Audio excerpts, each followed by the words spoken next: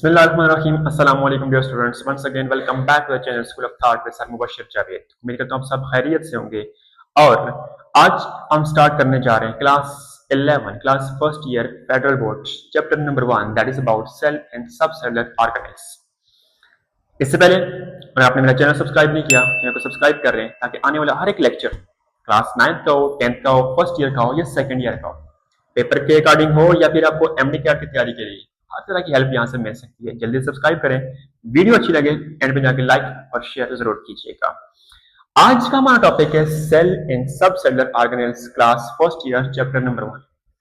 अब क्योंकि देखें चैप्टर इज अबाउट सेल इन सब सेलुलर ऑर्गेनेल्स, तो बेसिकली ये जो सेल है ना, ये क्या है हमारे पास बेसिक यूनिट है। सेल क्या चीज है हमारे पास? Cell is a basic unit of life, which means कि लाइफ को बनाने के लिए, लाइफ के होने के लिए बेसिक यूनिट का होना लाजमी होता है। और वो बेसिक यूनिट क्या चीज है जी? ये सेल है। अब ये सेल बेसिक यूनिट तो है ही है, बट डिफाइन कैसे करेंगे, ये क्या होता है? आपने पढ़ा होगा इससे पहले भी कि cell is the basic structural as well as functional unit of life. ये जो सेल है ये स्ट्रक्चरल यूनिट भी है, ये फंक्शनल यूनिट भी है।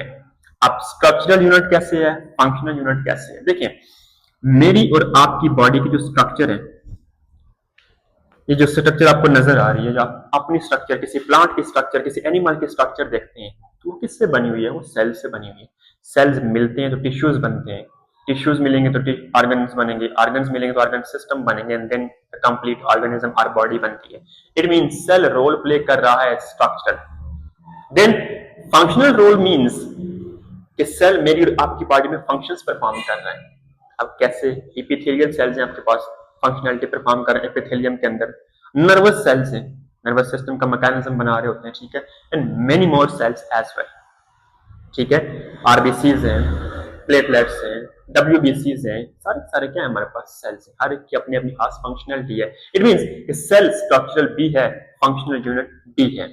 अब कुछ ऐसे ऑर्गेनिजम्स हैं, आपने वर्ड सुना होगा, they are called as unicellular organisms.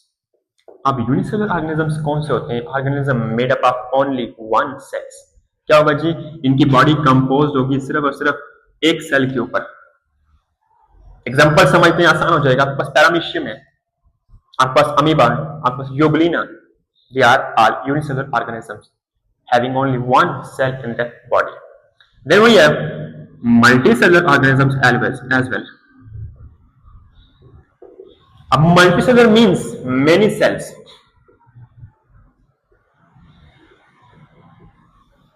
अगर किसी ऑर्गेनिज्म की बॉडी में सेल्स ज्यादा हो, एक ना हो बल्कि उससे ज्यादा सेल्स पाए जाएं, those are called as multicellular organisms. For example, plants, animals, human beings, these all are multicellular organisms. This is about unicellular and multicellular. इसके बाद जो टॉपिक के अंदर डिस्कस किया गया है कि आपकी बॉडी के अंदर कुछ एक्टिविटीज हैं जो कि कौन परफॉर्म करता है? ये सेल परफॉर्म करता है। अब कौन सी एक्टिविटीज ऐसी जो सेल परफॉर्म करेगा? Like we have development.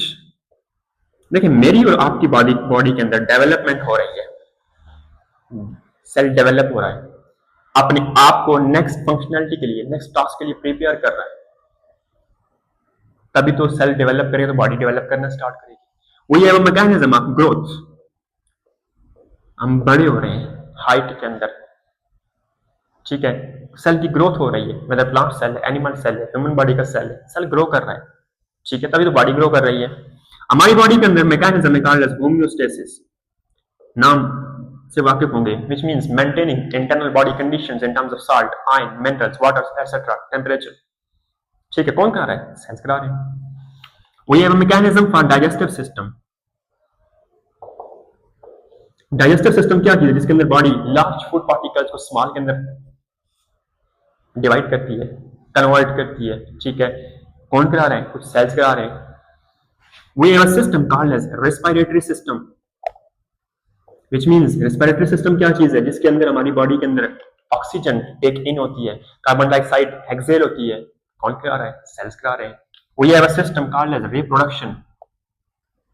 अब रिप्रोडक्शन के अंदर क्या होता है? हमारी बॉडी के अंदर ऐसा मैकेनिज्म जिससे कंटिन्यूटी ऑफ लाइफ होती है, पेरेंट्स से ऑफस्प्रिंग बनते हैं, ऑफस्प्रिंग से उनके ऑफस्प्रिंग बनते हैं, फिर ट्रेड्स का, कैरेक्टर्स का ट्रांसफर होता है, कुछ सिमिलरिटीज कुछ डिफरेंसेस जाते हैं।